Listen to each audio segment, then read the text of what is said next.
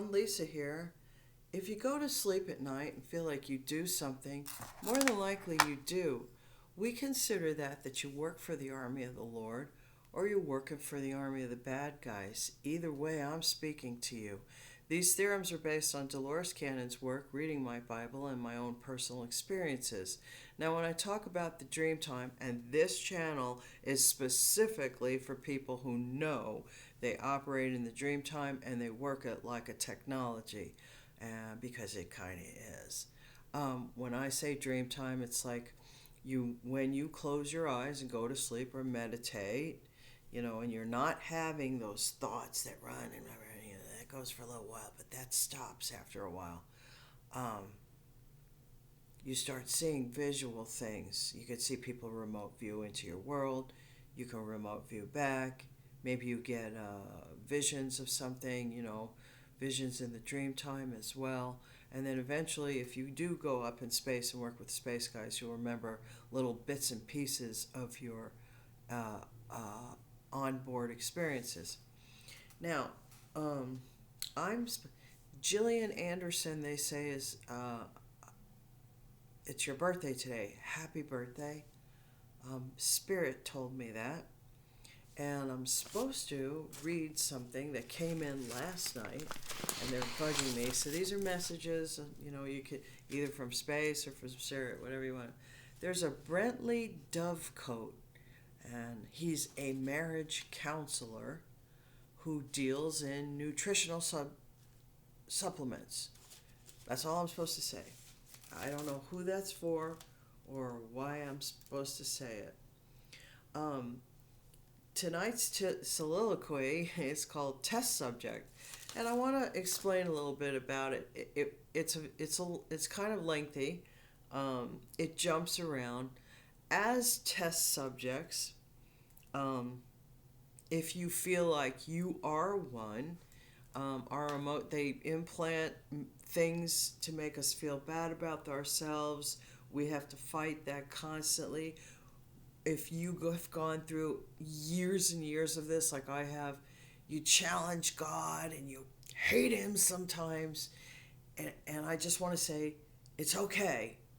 And that's where I say, if you've done heinous crimes and stuff like that, God can forgive you. And sometimes those skills are needed out in space. It's a hard experience to go through, and a lot of this will bear out some of the stuff I've gone through. And then there's the physical issues. If you're always at the doctor and they say there's nothing wrong with you, or you go to a psychologist and they're on the borderline of you're schizophrenic. No, you're not. People are implanting shit in your mind. They work with psychologists to know what to implant in your mind so you come off looking like that. They can compulse you. When you're around a group of people you want to impress, all of a sudden you'll blurt out and say something stupid. That's what happens to test subjects. Okay, so I wanted to explain a little bit of that before I read my soliloquy, because sometimes it'll go up and down and off and around. And then I have a piece of mail to show you that I've discussed with other people and to show you. And when I say I'm blocked out in the world, okay, so my daughter can call my phone, and my son sometimes gets my texts and he can contact me. And of course the ex can always contact me, which I don't like getting those information. But people that I don't know, or people who want to help me or friend me, you're blocked. Okay, and that's still going on. All right, test subject. Here we go. I read it through a few times last night, and hopefully I can pull it off today. I'm going to wear my glasses so I don't fudge anything. All right, test subject. My face is such a disgrace. A true fall from grace is my face. In my life, unfortunately, no one has ever really loved me. What is the point of continuing on?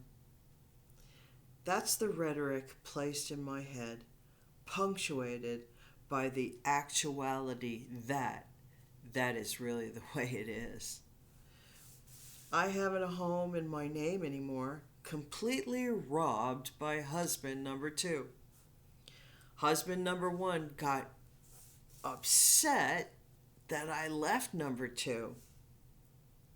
For that prospect, number two was supposed to keep me repressed. Keep it repressed.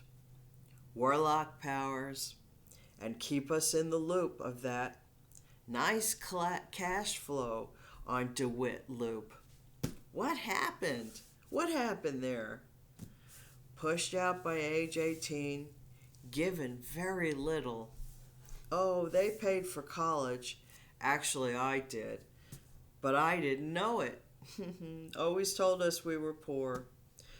Pushed out by the constant verbal abuse of a most bizarre sort. I was never aware of the sorcery until now. Unloved for the actuality that I only know about from spirit and the guy on high, that I was probably someone else's daughter. Can you imagine that? Paid for with extreme wealth. But I never knew it. They told me we were poor. Poor. Always challenged wherever I've lived, wherever I've worked. Nasty, superior narcissists. They are everywhere anymore. Compulsed to do things out of my ordinary way of being, just so I could look weird to you. Maybe I am. I am an out-of-the-box thinker. Is this true? Always be kind, try to show love, being patient, tolerating bizarre abuse and behavior. Like Bert, a neighbor, blowing her breath up my nose, done quickly. Smell my breath. Do you think I'm sick? I was like shocked. I didn't even really know this woman from Adam. It happened so quick. I was revolted. Always challenged, never pleasant, no traction gained, never, no traction gained. I hate saying that word. Always wanting to get stoned or high to diffuse, plug up the hole in my heart, the pain in my heart space. Consciously feeling that pain ever since I was 5. Why I chose good, so misunderstood are the words I hear. She's so misunderstood. Why did I choose good? Good. A concept so malaligned. I was probably meant to be a true criminal mastermind. I can look through one mind and know things people would never utter. Failing the following through of a wrong trajectory. Always looking. Where is it that which can complete me? Where is it? What am I missing? What? Maybe criminal should have been my true path. Wrong choices. Why am I here right now, in this time and space? I want to die. I can't do it. Not for religious reasons. I'm just not that tough. Not right now.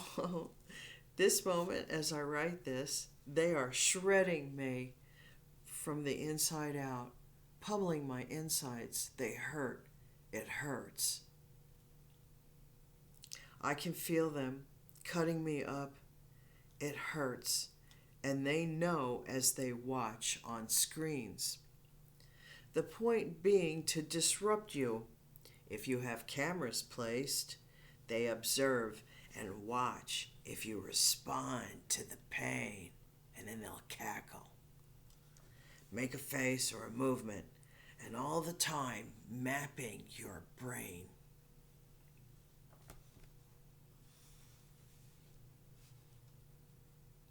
Watching your energy, your auric field. What color do they generate? Map the energy. Map it. What color? Watch you on CCTV cameras, they do. No house, no more kids. Make it so my kids or yours won't care. Compulsions, they do very well. They do it best. The parents that seem like they are the ones with the most to give, they are favored. The outer ring of your world is struggling too, and there's a reason for that. You've been isolated. I could be the parent with the most to give.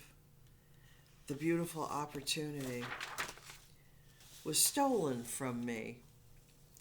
The illegal Mexican paid to seduce my ex-husband, number 2. It worked. I wonder if my inheritance paid for that. Pushed out, but he had others. I just never knew. My sister paid him well to keep me subdued. I've never enjoyed a fucking dime of my own personal money. Why do I still live to write these words and do soliloquy for my 22 subscribers? Oh, they let it be 24. Does anyone watch, listen, or care? I am told by a higher source they do. This is my only avenue to the outside world, is talking here to you. Phone only rings from a select few, no notifications, emails disappear, constant credit card spam, so the email looks active. Mail diverted, and I can show you. The girl upstairs is being paid to lay in a bathtub for 9 fucking hours. Water magic. I haven't drowned yet. But my apartment did flood. And Cam's Coven comes up on my Wi-Fi search. Is that a coincidence? I don't think so. Dust cameras, every day placed. Shoot her with the cold hand Luke vagina ray. It makes her mad, and then she'll touch herself and think of me.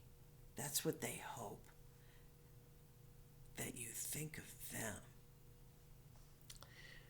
She does, she wants to. She does think of you, but she wants to gouge your eyeballs out. Does that disturb you? How dare she? Maybe they like to see you stroke yourself in your own home. Sex magic, sex magic. Let's make her walk weird. For that is what sex magic does to this woman. She stabs back at you at first, then watches you fall on your knees and throw up. That's what using the knife does, people. Sometimes down on the floor, laying in agony, you're sick inside and you puke. Yet, you'll do it over and over again. Get the handheld, pinch the vagina, sex magic, hip pain, whoopee! God is working from the inside out, people. I asked God, what the fuck is going on here? Why not those other girls, the girls I grew up with in New York? They have way more faith than me. Sorry, girls, but I think, why haven't you taken this pain? Showing me all these things is sort of making me not believe in anything. Why? To build hardness? I'm there. Resilience has turned hard and then often into despair. Hardness can render a soul mean. Just look in my eyes and you'll learn what I mean. I'm not taking my glasses off for you. I might scare somebody.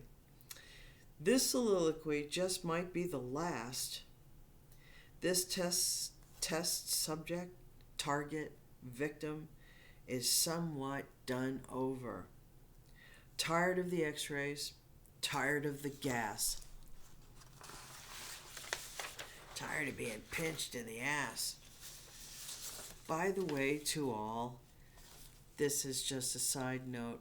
Sex is a superconductor and vehicle for spiritual attachment. They attach, then they start to control. Can't keep focused, always tired, a change in your core belief. Sex magic. You're exchanging energy with a vampire.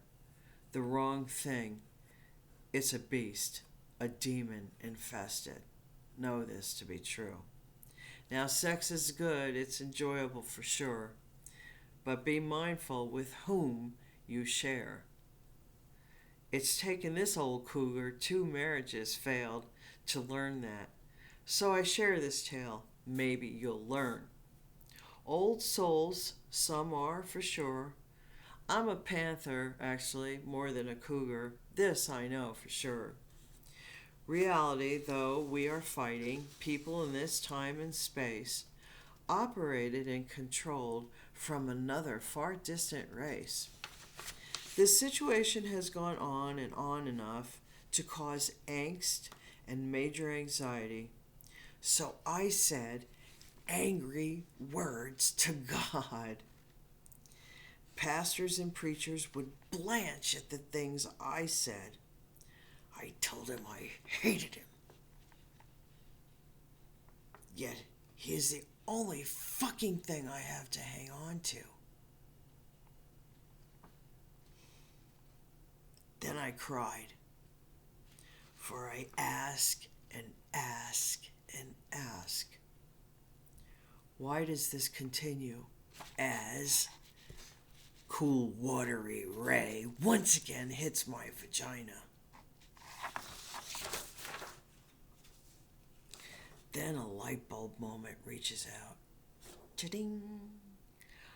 I am in the perfect time and space to do some serious motherfucking damage to the ultra criminals who've put themselves on high.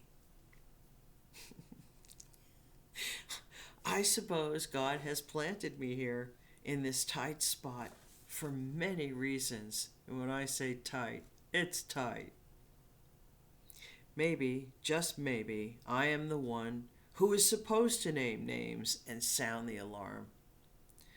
Poor Victor, I hold him accountable. But if they could, they'd put him in a glass jar and keep him there. We sometimes hold on to each other. Through time and space, I've never met him.